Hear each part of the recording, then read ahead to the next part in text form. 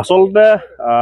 সংবাদ মাধ্যমত আচলতে এখন আচলতে ছবি দেখি আচলতে বৰ্তমান সময়ত অসমবাসী হিচাপে আচলতে সমগ্ৰ অসমবাসী কিন্তু আজি লজ্জিত হৈ পৰিছে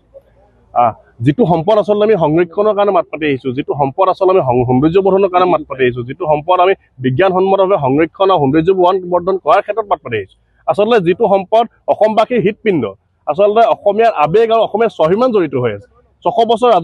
ৰাজত্ব কৰা স্বৰ্ণীল ইতিহাসৰ এটা সম্পদ এই স্বৰ্ণীল ইতিহাসৰ এই সম্পদটোৰ লগত সম্পৃক্ত কৰি আচলতে যি এক হুৰাৰ যি এক এডভাৰটাইজ কৰিছে তাক আমি প্ৰথমে ধিক্কাৰ জনাইছোঁ অসমীয়া দলৰ পৰা আচলতে ক'ত সাহস পালে তাহাঁতি সাহস ক'ত পালে আচলতে 600 বছৰ ৰাজত্ব কৰা স্বৰ্ণীল ইতিহাসৰ এই সম্পদটোক তেওঁলোকৰ সেই মদৰ এডভাৰটাইজৰ লগত তেওঁলোকে সংযোগ কৰিবলৈ সাহস ক'ত পালে ইয়াৰ প্ৰশ্ন আছে বোলে আমাৰ কথা হ'ল কি এইখিনি এনেধৰণৰ কাৰ্য আমি কোনো কাৰণতে গ্ৰহণ নকৰিম কাৰণ অসমীয়া আৱেগ অসমীয়াৰ স্বাভিমান জড়িত হৈ থকা অসমীয়া প্ৰতিজন অসমীয়া স্বাভিমান জড়িত হৈ থকা ৰংপুৰৰ হৃদপিণ্ড আচলতে ৰংঘৰটোক লৈ আচলতে যেনে বিকৃত এখন ছবি তেওঁলোকে প্ৰকাশ কৰিছে হুৰাৰ এটা এডভাৰটাইজ লৈ তাত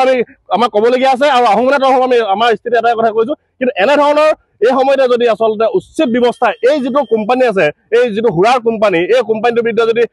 বিহিত ব্যৱস্থা গ্ৰহণ নকৰে বিভাগীয় কৰ্তৃপক্ষে তেনেহ'লে কিন্তু আমি বিভাগীয় কৰ্তৃপক্ষৰ বিৰুদ্ধে আমি গণতান্ত্ৰিকভাৱে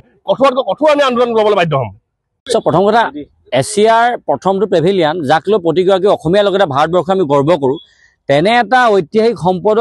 সম্পদক লৈ হুৰাৰ বিজ্ঞাপন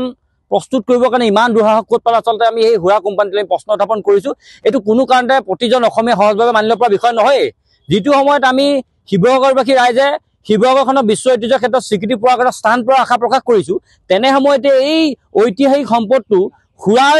হুৰাৰ বিজ্ঞাপনৰ লগত তুলনা কৰিবলৈ ইমান সাহস কেনেকৈ পালে আমি অতি আচৰিত হৈছোঁ গতিকে এই গোটেই কোম্পানীটোৰ ওপৰত আমি কৈছোঁ যে অনতিপলমে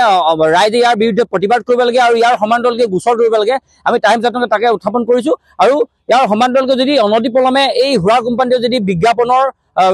বেক চাইডত থকা যিখন ফটো আমাৰ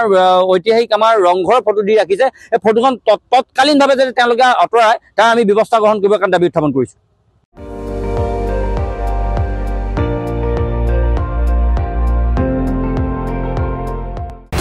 আপুনি চাই আছে ND24 সৰ্বশ্ৰেষ্ঠ নহয় সৰ্বোত্তমৰ দৌৰত